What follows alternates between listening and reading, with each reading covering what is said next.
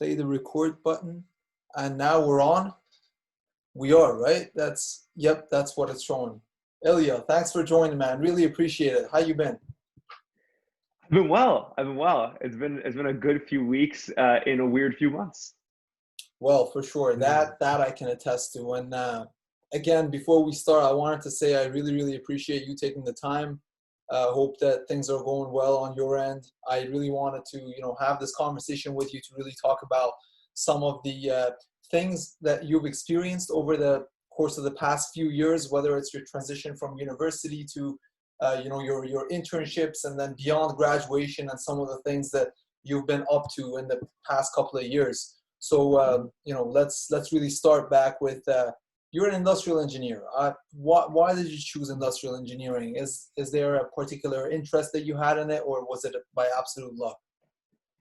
Yeah, I guess what I'd say is I started thinking about university and what I wanted to do with it around grade 11, and I didn't really have an idea of specifically where I wanted to go or what I wanted to do, but I didn't want that to be a last minute decision because I saw a lot of people around me stressing, Yeah. and I had this weekend where I kind of locked myself in this room, and I thought about what is it that I really like to do and what do I like about what I like, and so on and so forth. And the thing I came out with on the other end is there were really two things that kind of what I was passionate about and things I love participating in.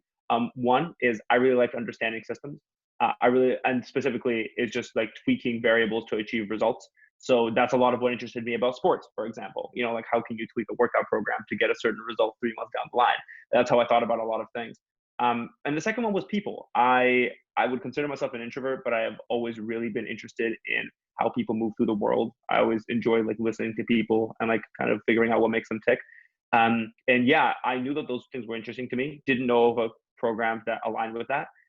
But I asked a couple of adults who I respected, and one of them said, "Hey, check out industrial engineering." I looked at the course list and I thought that worked.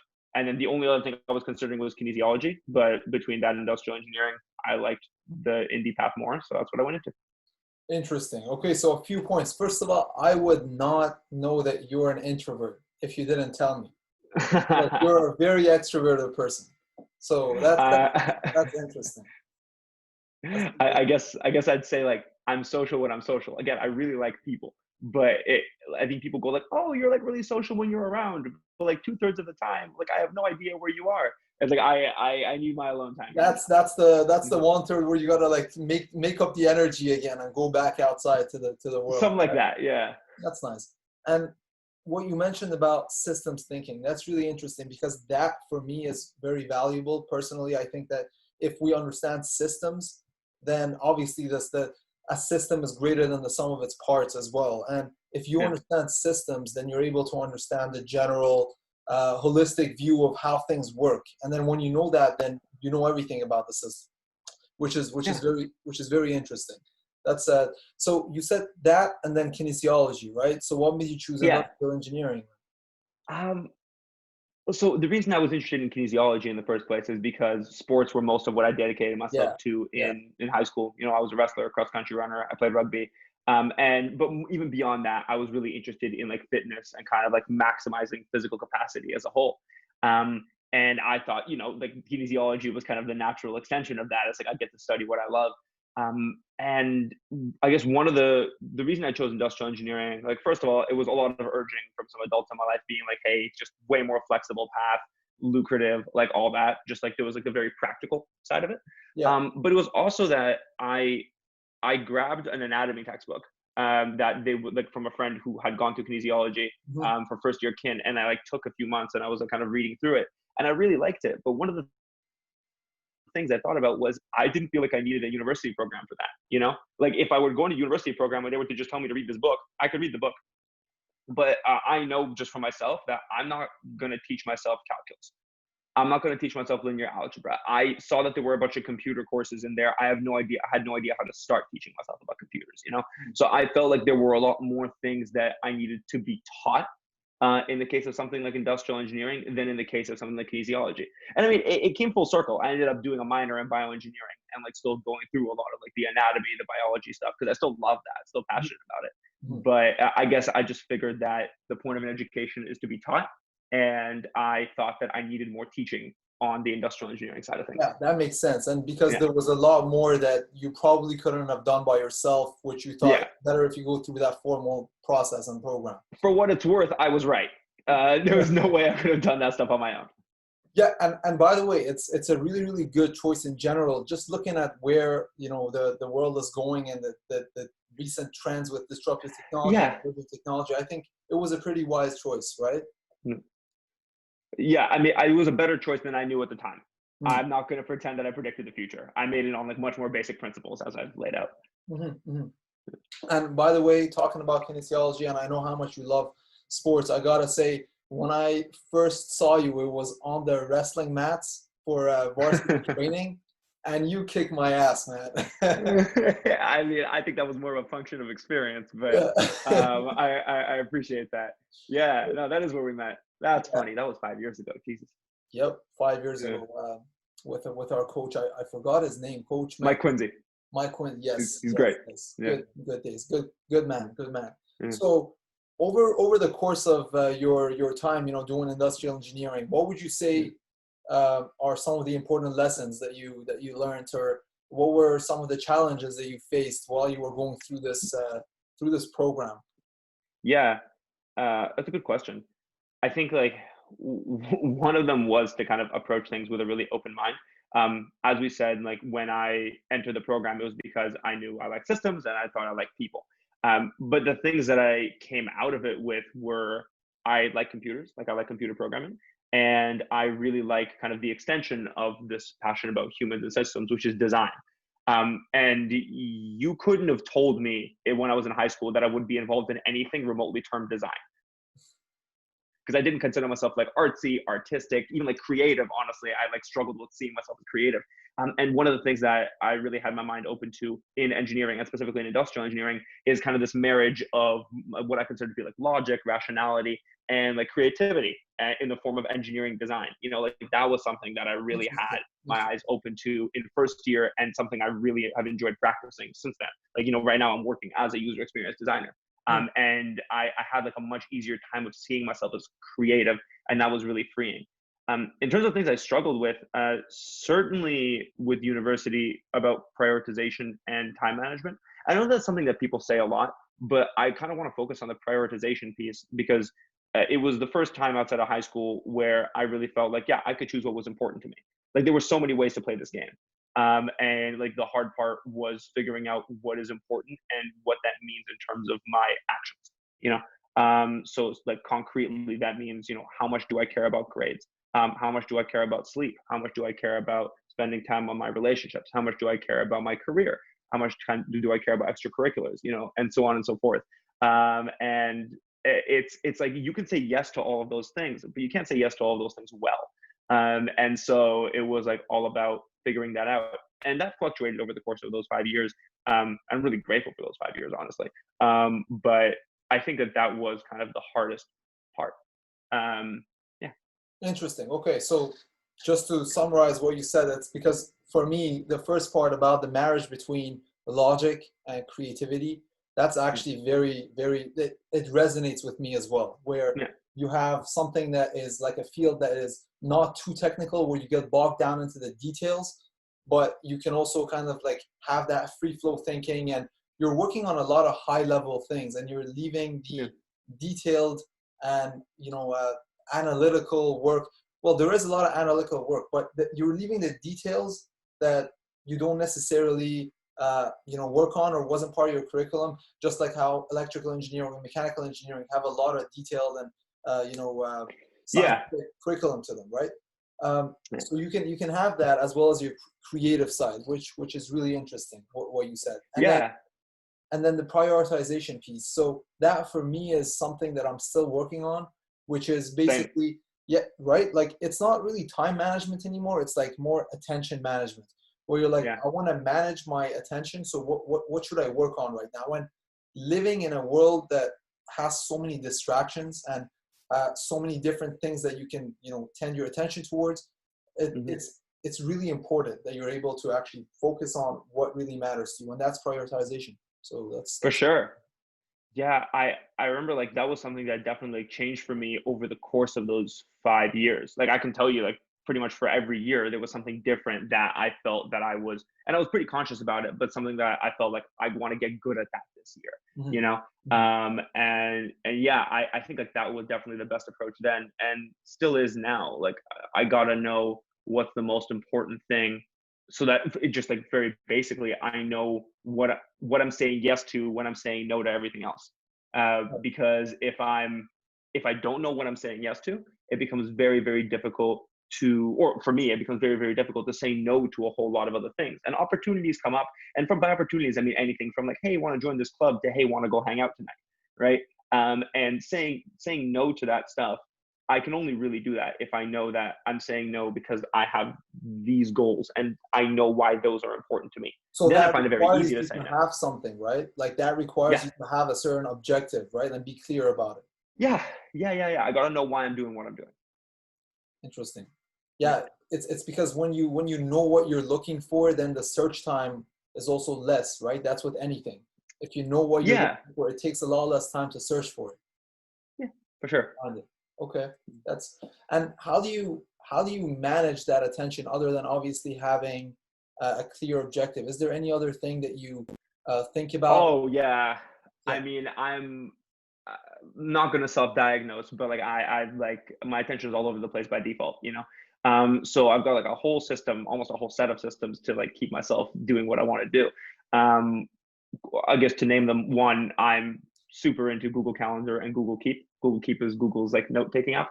Honestly, like if something doesn't exist in one of those two places, I'm probably not going to end up doing it. Like I put down things like message this person in there because like I don't really trust like myself to do that. But the extension of that is I've got like a whole system where I say this is what I'm doing today, then this is what I'm doing this week, but also this is what I want to get done in this month, in these next 4 months, in these next 12 months, Oh right? wow, you And actually so write all of I've that down. got, oh yeah. I mean, I probably spend like half an hour planning every day, which seemed excessive at first, but that half hour planning is so worth it with respect to not just how much I get done. It's not about quantity, it's about quality. It's like I can see like at a glance that like these tasks are leading up to something that I really care about, right? Like just like to give a concrete example there, you know, in third year, the thing that I really was working on was leadership. I wanted to be somebody who can pull together an organization of people, get the most out of everybody, and drive towards a worthwhile goal.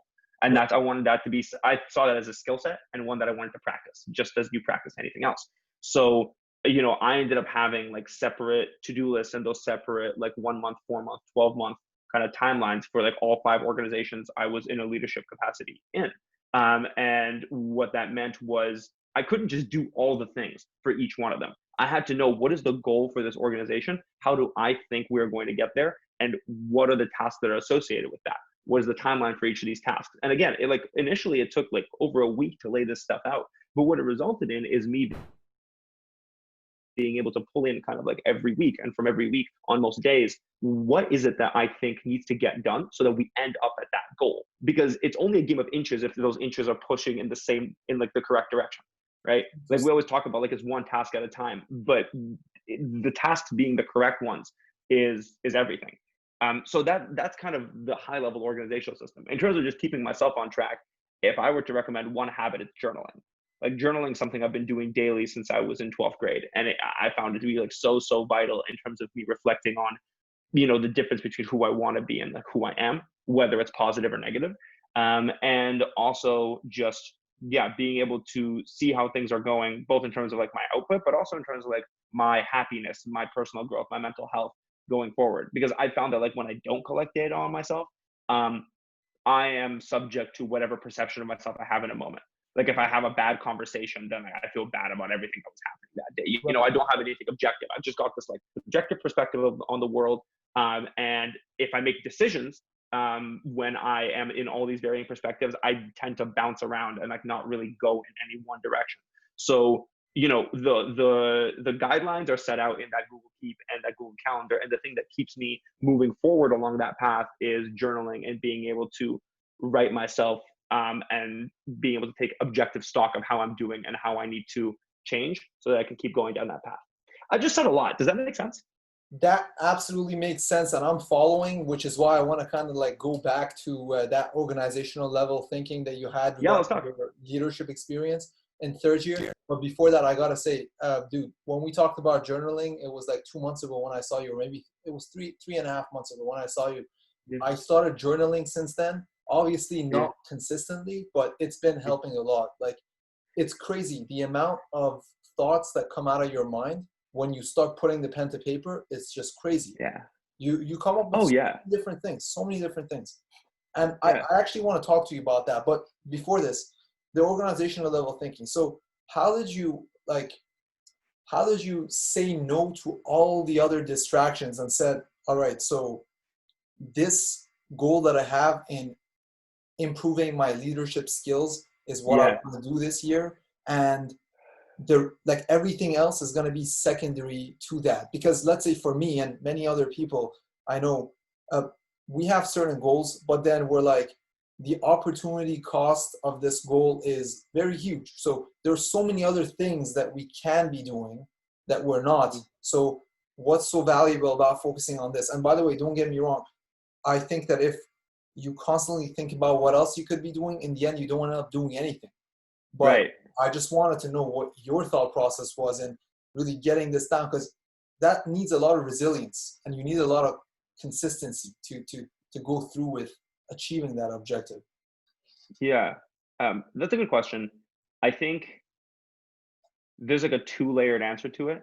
Like, first off is kind of like, where does the awareness that persistence is required for anything good come from? And secondly, like, how are those goals chosen? Right. Right. Yeah. So like those are kind of like the two-parter. So like the first one is, I think, an easier answer. As I said, like sports were like a really big part of my life from like seventh grade through 12th grade. And the unfortunate part of it is that I'm not very talented athletically. Wish I were, but I'm kind of not. So I recognize, that I had to probably work harder than most to get to wherever they are. So like the first sport that I ever started like training for consistently was track and field. I'm a chubby asthmatic naturally. So, when it comes to me being able to keep up, it was not a matter of, oh, I'm improving over a few weeks. It was months and years. But like I know how, and it was months and years of consistency, right? And like the same thing applied to wrestling. It was like, when I look at who I was when I started doing it in eighth grade versus like when I stopped wrestling competitively at the end of first year, like the difference is night and day. But I saw that it really required that consistent input. And I found when I applied that framework to lots of other things, like for example, I applied it to like social interaction. That's something that I found myself to not be good at, and I wanted to practice, right? Whenever I like broke things down and like started practicing them that way, that was the only way that I achieved kind of like lasting change in myself. Which Mhm. is why I knew that the opportunity cost of not doing everything else I was doing was worth it, because that consistency was really the only way that I was going to create lasting change in myself. Right. Like I've done like workshops and just like these kind of like 2 week like quickies where you learn something quickly, for example, or you learn a bunch of information, and that's all well and good. But then the question is like, is that still with you 2 years later? Is that still with you 5 years later? And Mhm. the only things I found that stick with me are the things that I like consistently work at over like a pretty long period of time, like in my mind on the order of magnitude of years. Right. Which is so like that's like, I'm aware that it's not that I'm taking a little bit away from this and putting a little bit into that. It's that if I take a little bit away from this, I'm not really getting any of it. Now this might be a really severe view. Like even as I hear myself say that, I say, okay, it's not that black and white. But if I don't treat it as that black and white, it It's gonna it slip. it It's doesn't gonna. work. Yeah. Yeah, exactly. Like it's a very slippery slope. At least for me, I'm very bad at doing things a little bit. I'm very bad at gray areas, and I know that about myself, right? Like honestly, there are some people who are really good at them. I'm not. But in terms of when it comes to setting those goals, honestly, I'm still figuring that out. But a lot of it for me is that I think that there is a lot of like good to be done in the world, and that good is going to be done by people. It's not like some supernatural force. It's going to be done by people, and I want to be one of the people who can do like that kind of good work. Over time, I'm figuring out what that kind of good work is. But I know the common denominator is going to be me. And I often think about who is the person who is going to do the kind of work that I want to do. and what are the characteristics of that person, and what is the distance between that person and me. And I think that, you know, any like really good things I do are going to involve being part of a team or bringing a group of people together to achieve something awesome. And that could be like in any realm, you know. And so, but at the end of the day, the common denominator is me, and then bringing those people together, which is where like leadership comes in. You Mhm. know, practicing something like communication, like I know that that's going to be super important. Something like design, which in my mind is understanding human needs and how to fill them, I think that's going to be critical to anything that I do, or I've decided it's going to be critical to anything that I do. Right. So whenever I see something that I believe is going to help me do the kind of work that I think really needs to be done, then I think that's a goal that's worth sacrificing some of the externalities for. Which is like, that's kind of how I set my goals. Okay. Yeah. So that's, for example, how leadership came up. I thought it was a skill to be practiced so that at a moment's notice, I'm confident in my ability to bring a team together and get the most out of that team and make sure that everybody is operating at maximum capacity towards a worthwhile goal. That's something that I want to be able to do on command, which is why I thought it was a skill to be practiced. Again, long answer. Did that make sense? That makes total sense. It was a two-layered answer. No, really appreciate it. Now, just going a little deeper into this one last part that you said about leadership, though. So you said that the ability to get people together and drive towards one common goal. So while you were Yeah. on your journey to learn about leadership, what would you say are, you know, 2 to 3 very important lessons that you learned about that? Or, you know, so that's the first question. And then what was your mechanism to learn leadership? Did you take a course? Did you enter workshops? Did you read books? Did you listen to podcasts? What is it that you specifically did? Yes. So all of those things. Okay.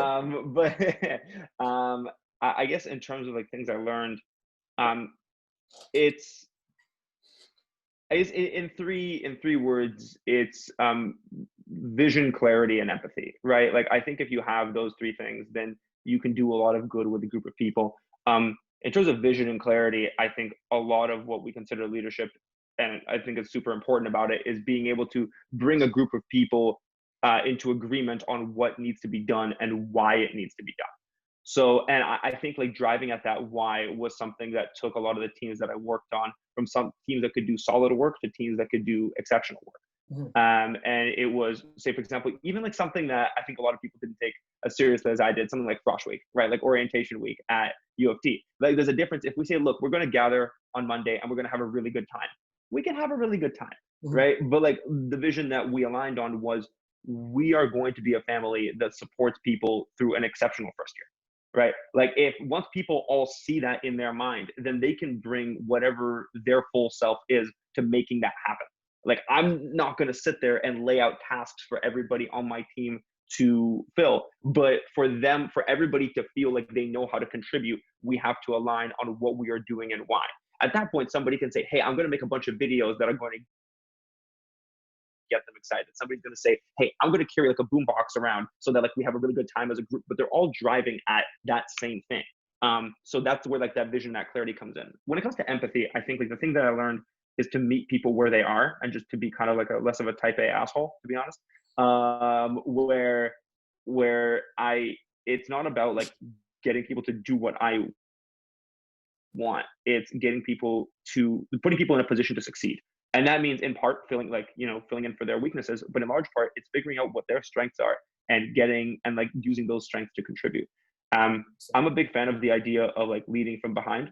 I think when I first came into, you know, starting to think about leadership consciously, which we'll get to in a second, I, you know, I had this conception of a leader as like the person who stands in front and says inspiring stuff. And then everybody goes, woo, and then they all do it together.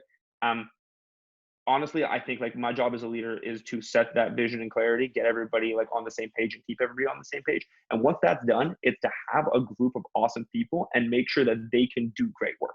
Mhm. Like that's my job. Like whatever I can do to serve them is what I am going to do. And if they're not serving me, like as soon as that's the dynamic, I think it's not working nearly as well as it could be. In terms of learning leadership concretely, I was lucky enough to take a course in second year with Dr. Doug Reeve. He's a professor. He was like the former director of IIya at U of T, which is like a really cool leadership institute for engineers. And this was like a course I overloaded to take. because like I had heard good things. And that's the first time I ever heard of leadership being spoken in like very concrete ways, talking about leadership types, talking about what is the goal of leadership, and like what kind of leader can you be. And almost to the point where like leadership kind of like lost meaning and then snapped back into focus.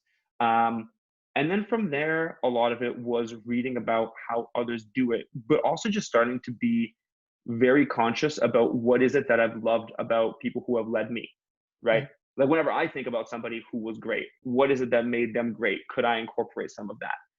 So I think like so do you create different heroes for yourself or different role models to say this they're person is everywhere. good in this? Absolutely, they're everywhere. I mean, it's everybody from like people who were like rugby captains when I was in high school to like Mike Quincy, who was like somebody who coached both of us. Like I think he's an exceptional leader in certain ways, and like other coaches I've had, to like teachers I've had, to people who I thought did really good jobs on like team projects, to like people who I see as exceptional parents, right? Like what is it they are doing to inspire others to do great work? And there's like a lot of different like tools that I picked up. The other thing I think is about, and this is something that I think is a life's work, is figuring out who you are. And this sounds like really fluffy, but like straight up, like I think that the more aware I am of who I am, and the more I can be like authentic in any kind of group, the more people can trust me.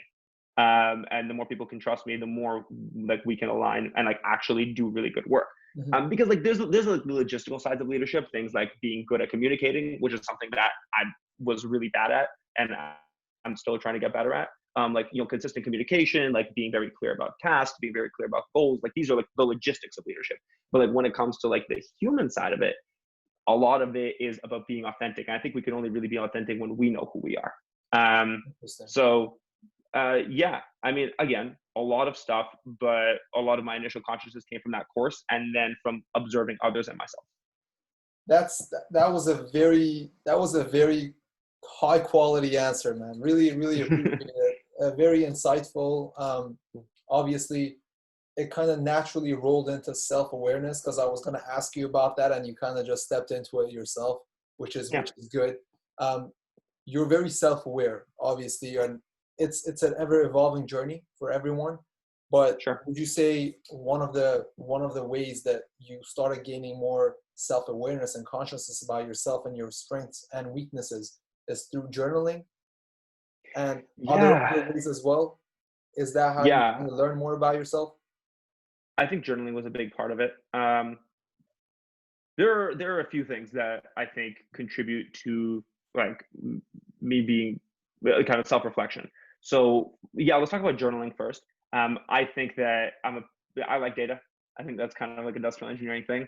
And that's like the only good data that I have on myself, right? If you know, I can talk about like, oh, I'm happy now, or oh, I'm sad now. Okay, have I been in that place before? What were the things I was doing when I was in that place? Patterns. What were the things I was doing? Yeah, like you can only see patterns when you have data. And again, like it would be great if our memories were flawless, if our memories weren't tainted by current state, if our brains were just computers that we could run algorithms through, but they're not. And I'm glad they're not. I think the human brain's a beautiful thing that does a lot of non-computer things. But every once in a while, you know, we need that. And that's where journaling comes in. It's forced self-reflection. And regardless of whether or not I feel good or bad about myself, like oftentimes when I feel like I fucked up a day or a week, I don't want to journal. Like I don't want to look in that mirror. But it's important to do so. Because like that's where I can like really face it. And it's like a lot of things where the discomfort is only initial when I like first start writing, and then I can like be angry with myself or whatever the case may be. But then it starts to feel good to kind of not just admit that to myself, but also think about how is it that things are going to be different. The worst thing that I can do, and the worst things I have done, is avoiding that, saying like I really don't like something about myself, but I don't want to face that because that's uncomfortable. So I'm just going to kind of like push it down and kind of like medicate, you know, be like with like distractions, with just like other work, whatever the case may be, but like not address that problem. And that's how problems can perpetuate through my life, and I think through all of our lives. Other things that kind of forced that self-awareness, I think again, being a very dedicated but non-talented athlete helps a lot, because then that forces me to not just be like, hey, I'm just going to keep practicing and then that's going to get better. It forces me to look at myself as a product, like very early on, you know, like 8th grade, 9th grade, and say, what am I good at? What am I bad at? how can I ameliorate those weaknesses? What's my plan? But that starts with, what am I bad at, right? And being able to look at myself like that. I was lucky enough to be taught meditation really, really young. And it only became, a part of my routine later. But I was taught meditation when I was in fifth grade. And I'm very, very lucky for that. But again, as a tool to look at myself and be able to see thoughts that are flitting through my mind, but are not, and like are affecting my actions and affecting my beliefs, but I'm not aware of them. Like, meditation is a really, really good tool for that. How do you do it? Do you use guided meditation, or do you focus on breathing? What do you do? My brother has been really on me about this headspace thing. He loves it. Yeah, I use Headspace. But I think it's pretty good, but some people would just sit, because the whole concept of meditation is to train your mind to come back to the present, right? So either you yeah, can do it with a guided meditation, or you can just do it by yourself, right? yeah. Honestly, like, what I do these days is I'll set like a 20 to 30-minute timer. And then I'll do like a couple of hundred breaths to like really clear my mind. And just in that time, all I'm doing is focusing on breathing. And then from there, I'll do like a body scan. So what that means is, like, I'm going to bring awareness to like different parts of my body and see how they're feeling. That also really helps with actually preventing sports injuries. And then from there, I will, think about what parts, like what do I want to activate within myself. And so think about, like, do I want to like activate, kind of be like more energetic, more introspective, like more empathetic? Like, what are these different aspects of myself that I want to bring out for That's that kind day? of visualizing as well, right? Yeah, Visualizing. exactly. Okay. Exactly. And then go to like a happy place that represents that for me. Like, really be there, really visualize that, as you said, and then come back. And then for the rest of the time, I will just like breathe until the timer runs out. And so that's just like 20 to 30 minutes. And I do that in the morning. If I miss it in the morning, I'll do it in the evening. And yeah, that's how I meditate. I also just, like, the last thing I wanted to just say about on the self-awareness front is the thing that really helps is having friends who call me on my shit. Friends, Like, that that's circle is really big. very important. Very important. Yeah. Yeah, I just, like, there was like one particular like time, shout out to, I think, a person we both know. His name is Rohit. Yeah. So something that I've struggled with for a long time is being late.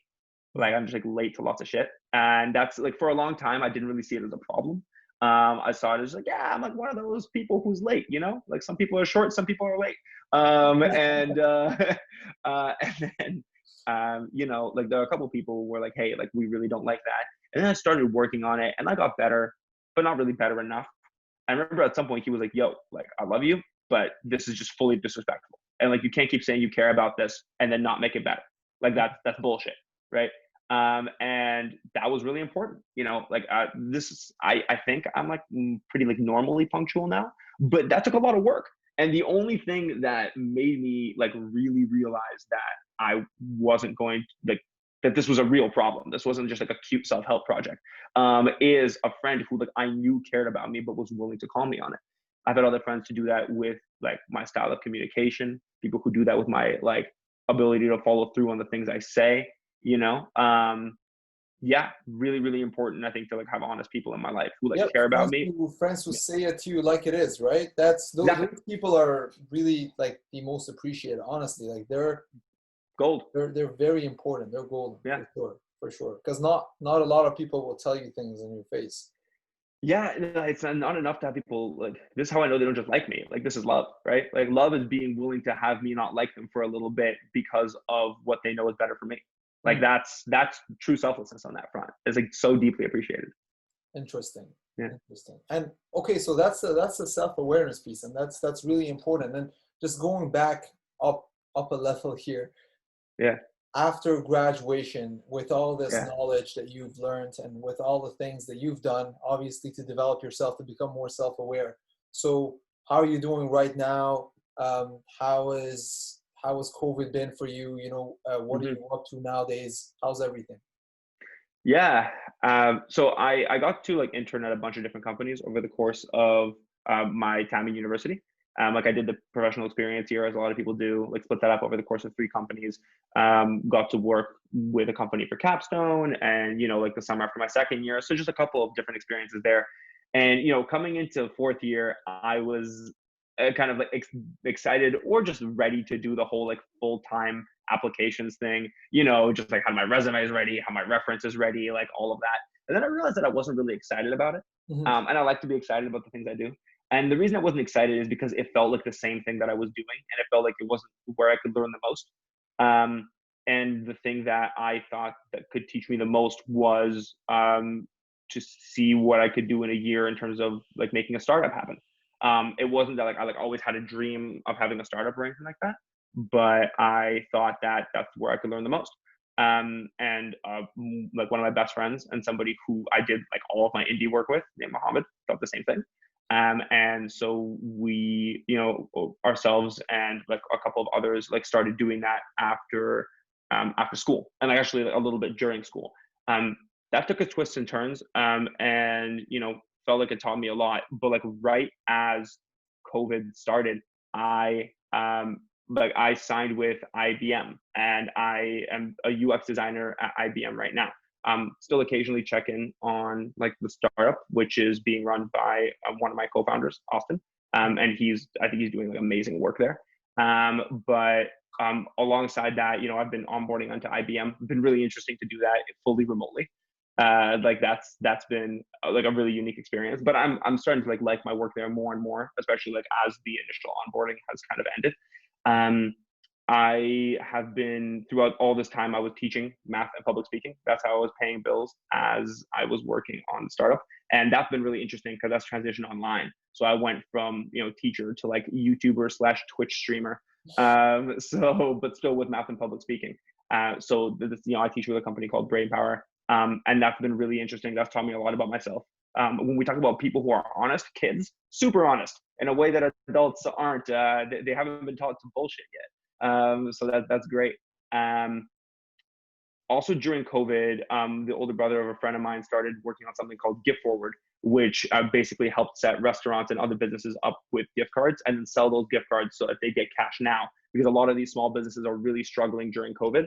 And they had this gap between when COVID started and when they started getting government assistance for things like rent and salaries, where they were really close to going under. Because a lot of businesses like restaurants are super they play it super close to the line, right? Like they don't have huge profit margins, like huge savings or whatever. So yeah, we've sold I think like over $65,000 in gift cards at this point. But like that's been something where it's been fun. But that's been something where it's kind of pushed my like engineering skills, kind of on the technology side, like seeing how we can like quickly spin up some makeshift technologies. But yeah, just like COVID, I think one of the things that's kept me sane is that I've had a lot of different things keeping me busy. But I did find myself being a little bit too busy. I didn't really have time for myself, and I felt like I was constantly reacting to life and like not feeling like I could be proactive about it. But I saw like 2 months ago that, in about mid-June, I'm going to be in a place where like, brain power will slow down, Gift Forward will slow down, but we'll be more comfortable with IBM. And like, I will be able to live a more proactive life and not like as much of a reactive life. And knowing that kind of calmed me down. And right now I feel like I'm stepping into that place in my life where I can live kind of like a non-sprint life for the first time in the last few months, but also realistically in the last 5 years. Like I've almost constantly kept myself like in like perpetual crisis mode, which I don't regret it. Like I'm really happy with who the past few years have made me. But I do think that for the next little while, it's going to be important for me to leave space for myself, leave space to like work on projects that like I really care about, make sure like I sleep every night, and so on and so forth. So yeah, that's where I'm right now. I feel like pretty happy with how things have gone, and I'm excited for kind of a new way of living over the next, call it, 6 months. Very happy for you, man. It looks like you're in a very calm, spot where you're kind of going inwards again and, trying to take care of yourself and just self-care, self-reflection, just, avoiding overburn, right? Yeah. I think kind of life moves in waves, and that like it's not like a constant like like line. It's like it does move in those waves, and I feel like I just had a wave of like doing, and now I need this kind of like down dip of like being, and you just like be for a little bit and let like things I've learned, but also things I need to recover from kind of like sink in, and then who knows from there. I see no reason to predict. Doing versus being. Yeah, that's Yeah. That's a nice point. Yeah. Doing versus being. And Ilya, let me ask you this. So Yeah. you've had a lot of experience in different, industries and in different kinds of positions. So would you Sure. say in the long run, you see yourself as someone who works in a corporation or creating your own startup, or what do you think? Do you think that's who you are? Like, is it based on a certain personality type? People who go into corporations in the long run versus people who want to kind of hit the road with a startup or their own project? hmm It's a good question. I think like that's something I'm definitely like working to figure out. But I think it does attract different personality types. And I kind of see both in me. I think like one, like working at a corporation is much more, call it interrupt driven. Like people, like you receive tasks. You don't really need to ask as much like why you are doing what you are doing. You can just focus on being really good at your job. And there's something beautiful about that. Like I definitely enjoy doing that where I don't really have any uncertainty as to what I should be doing. I just need to like do the hell out of it. The thing with working on independent projects and startups is that a lot of the time you've got like a 9-hour day of work where you look at what you did and you're like, no, I was working all day, but I spent most of the time figuring out what the hell I should be doing. And it's like most of the time you're working to achieve clarity. But on the other hand, you can be super proud of the work that you do because you know it was you. And it's like fear worth overcoming. So I definitely think that there's a side of me that hates bureaucracy, that like loves working on kind of independent projects where I could just like do what I need to do, no red tape, no legal, no anything. Um, but I think there's like a lot, at least right now, like I know being at IBM and I know being at a couple of other like big companies I've been at, where I can learn from people who are like truly expert, and I can learn from a system that has worked at a really big level, and like figure out what is it that made it work, and like what are these like core traits that I want to move forward. Um, yeah, I think like myself going forward, I wouldn't even go either or. Honestly, I am in some ways starting to have like pretty serious doubts about the ability of the like business world and like market world to impact the kind of change on the world that I want to see. I think there are like pretty inherent limitations to capitalism and pretty inherent limitations to like that way of being, that in terms of its ability to like fundamentally make the world better. I think if business is used as a tool to make the world better, it needs to be extremely carefully considered, and that has to be the express goal. Like business success can't be the express goal. It's like impact on the world that has to be an express goal. And whether or not some of the things that I want to see happen in the world will happen through business, I don't know. Like, I mean, I think like political, we'll call it activism, political work could also be like a really important part of what I do going forward. The one thing that I am somewhat confident in though is that I think technology plays a big role. Mhm. Because regardless of whether or not we're doing it from the perspective of business or like nonprofit work or like political work, I think the ability of technology to scale the efforts of a small group of people and amplify people's voices is incredible. And that's why I think that none of the work that I've done with respect to understanding leadership, understanding systems, understanding people, and understanding like technology and design is wasted. Because I think that those tools are all tools that I will carry moving forward. But I'm definitely not committed to business being the vehicle for change, if that makes sense.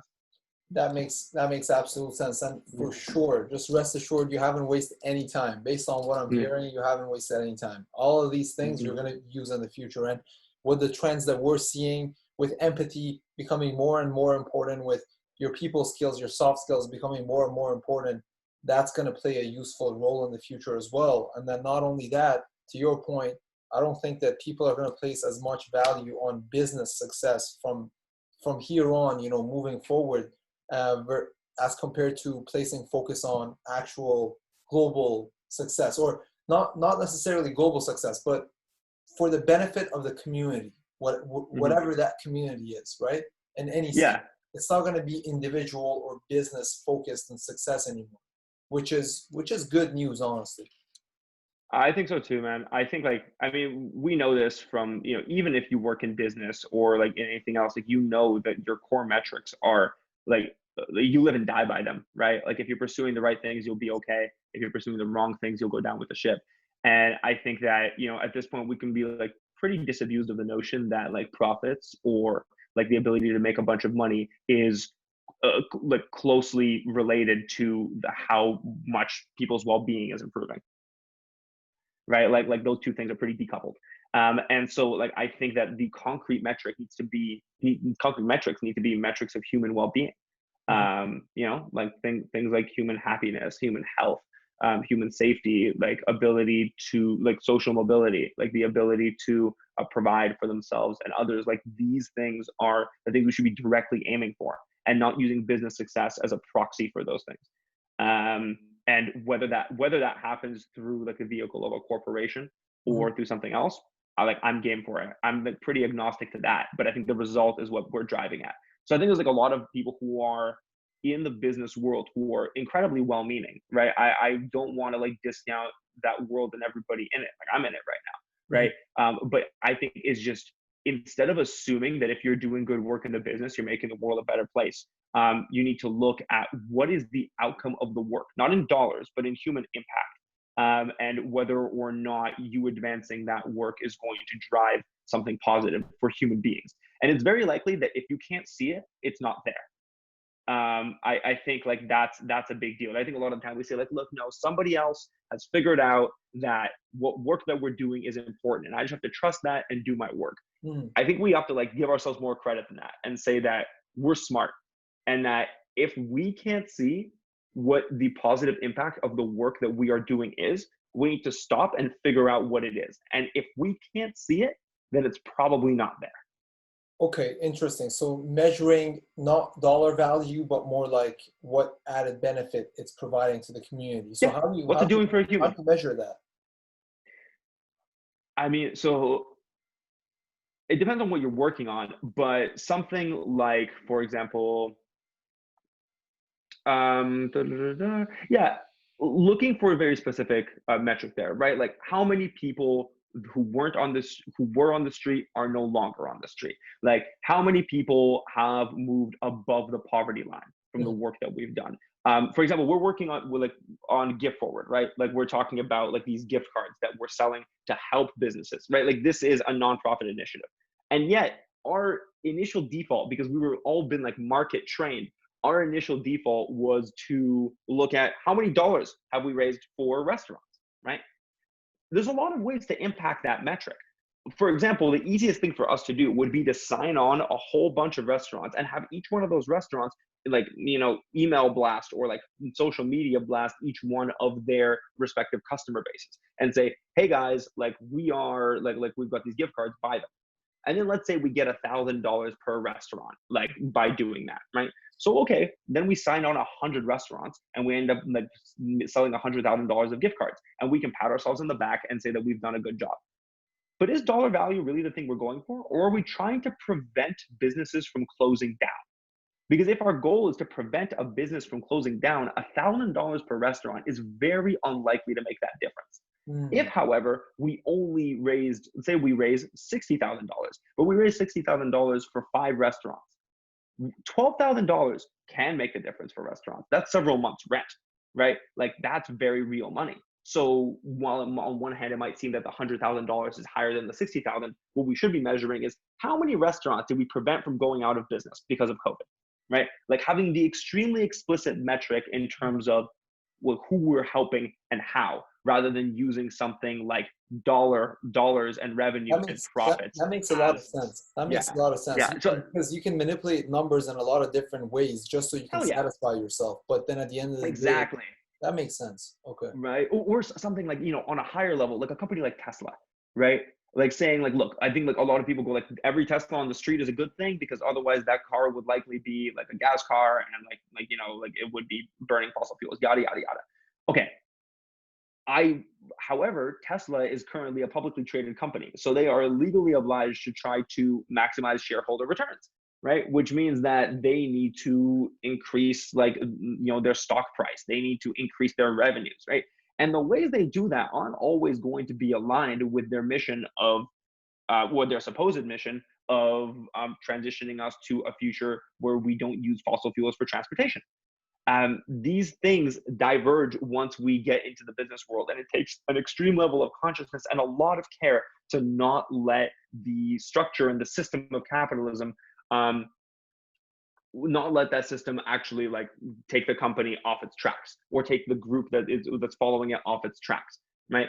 Um, it doesn't just apply to like these small organizations. It applies even more to larger organizations. And I think if you see something that does not align between them, unless somebody can really square it for you, it's likely it's because it actually doesn't align. And I think the more that we're conscious about those kinds of things, the more we can move towards businesses and other organizations doing really positive things for humans. Because if we continue using default metrics like profits, like revenue, like stock market, like stock growth, then we are very, very likely to lose the thread when it comes to real impact, real positive impact on human beings. That makes sense, man. And that's where vision and clarity come into play as well. Just going fully back to what you said about vision and clarity as a leader. That's also very important. So look, there's so many different things that I want to talk about with you.